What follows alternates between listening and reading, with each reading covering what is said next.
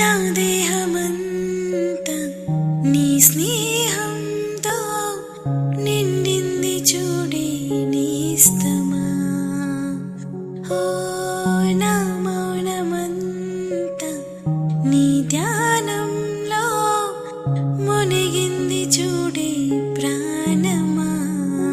నా చిన్ననాటి గుండె నీ పేరే వినిపిస్తుంది, నా కన్న నిన్ను ముందే చదివేసేటు చేరుకుంది.